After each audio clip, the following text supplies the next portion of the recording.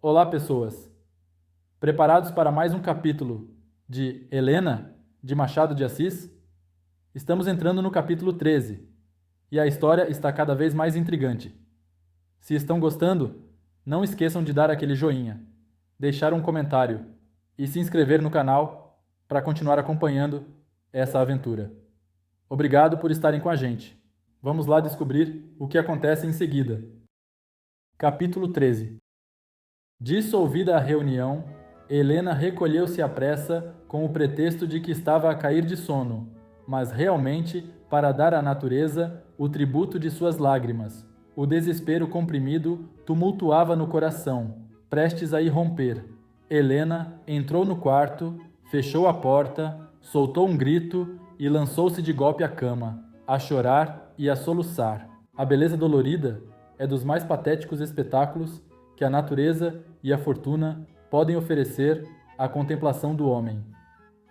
Helena torcia-se no leito, como se todos os ventos do infortúnio se houvessem desencadeado sobre ela. Em vão, tentava abafar os soluços, cravando os dentes no travesseiro. Gemia, entrecortava o pranto com exclamações soltas, enrolava no pescoço os cabelos deslaçados pela violência da aflição, buscando na morte o mais pronto dos remédios. Colérica, rompeu com as mãos o corpinho do vestido, e o jovem seio, livre de sua casta prisão, pôde à larga desafogar-se dos suspiros que o enchiam. Chorou muito, chorou todas as lágrimas poupadas durante aqueles meses plácidos e felizes, leite da alma com que fez calar a pouco e pouco os vagidos de sua dor.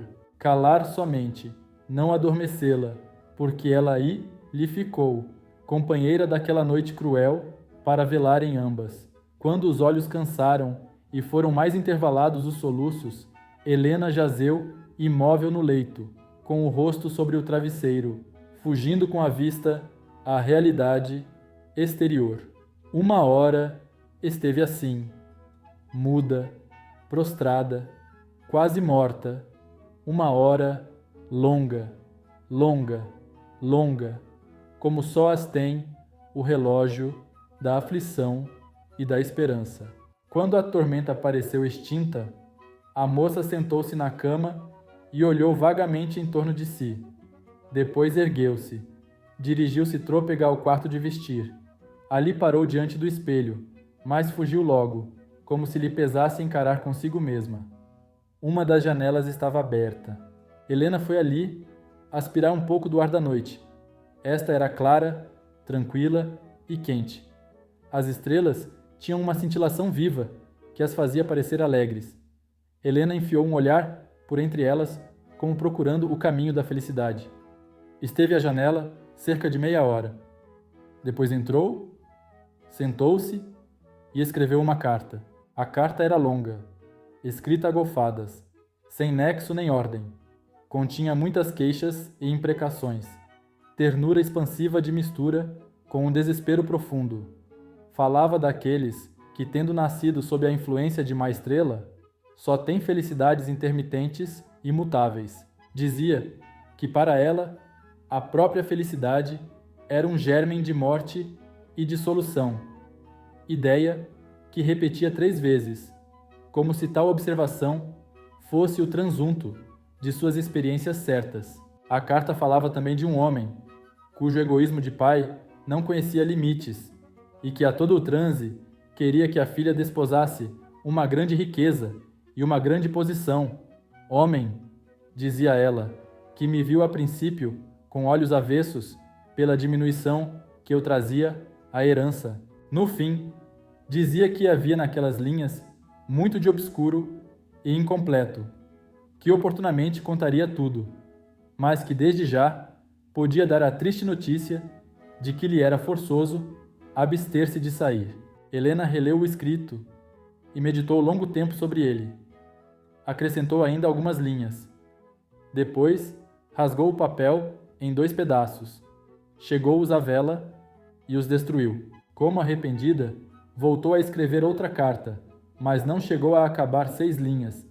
Rasgou-a como fizera a primeira, e só então recorreu ao remédio melhor de uma alma ulcerada e pia. Rezou. A prece é a escada misteriosa de Jacó.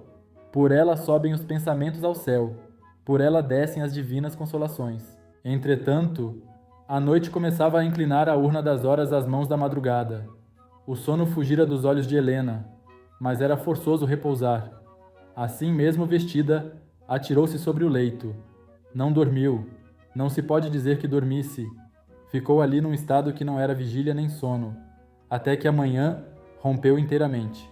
Abrindo os olhos, pareceu acordar de um sonho. A imaginação recompôs as fases todas do acontecimento da véspera. Depois suspirou, e ficou longo tempo a olhar para o chão, com a fixidez trágica e solene da morte. Era justo.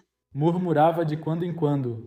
Levantou-se enfim, levantou-se abatida e cansada. Viu-se ao espelho, a descor da face e a linha roxa que lhe circulava às pálpebras dificilmente podiam deixar de impressionar a família. Helena disfarçou como pôde esses vestígios da tempestade.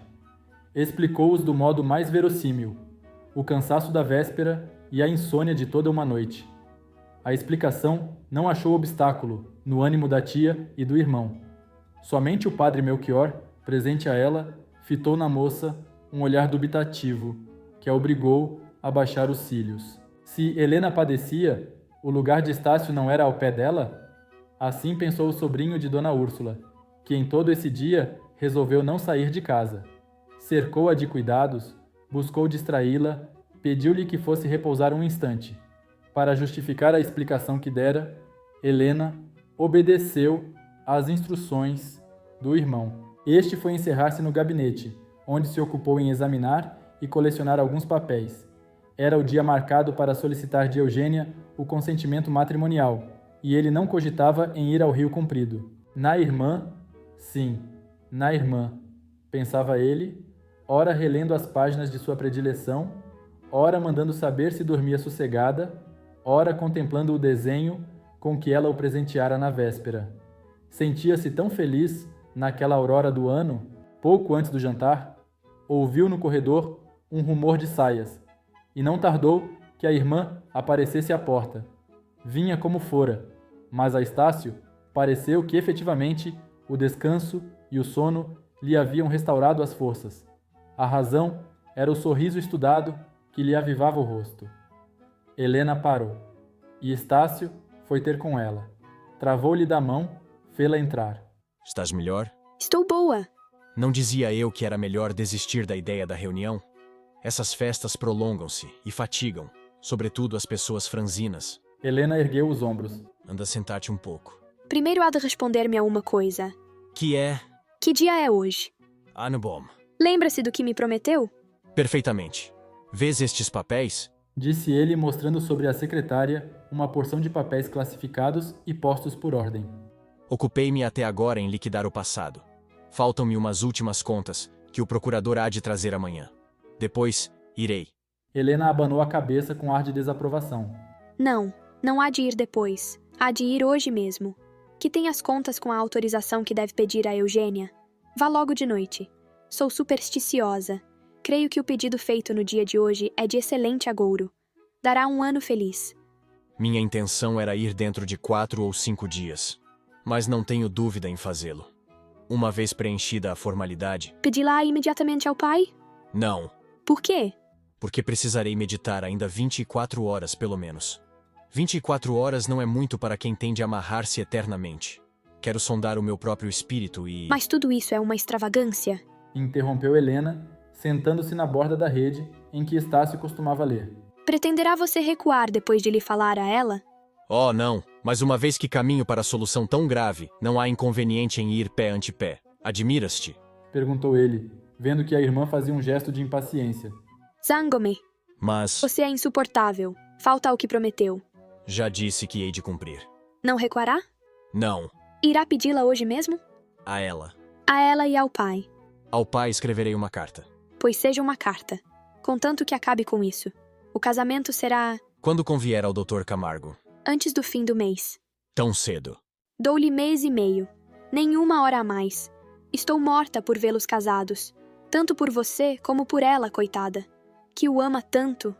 Crês? Se creio, posso afirmá-lo. Não será amor como você quisera que fosse, mas é o amor que ela lhe pode dar. E é muito... está dito. Palavra. Estácio estendeu silenciosamente a mão, que Helena apertou. Vou confiar todo o meu destino à cabeça mais leve do universo. Não é de seu coração que me queixo, mas de seu espírito, que nunca deixou as roupas da infância. Demais, à medida que me aproximo da hora solene, sinto que me repugna o estado conjugal. É tão boa a minha vida de solteiro, tão cheios os meus dias. Helena tapou-lhe a boca com uma das mãos. Com a outra, fez-lhes um gesto para que se calasse. Depois, fugiu.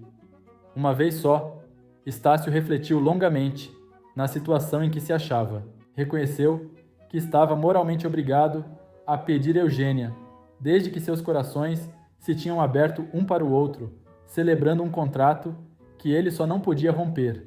A consciência rebelou-se contra as irresoluções do coração, e a decisão foi curta. Naquela mesma noite, ouviu Eugênia a esperada palavra.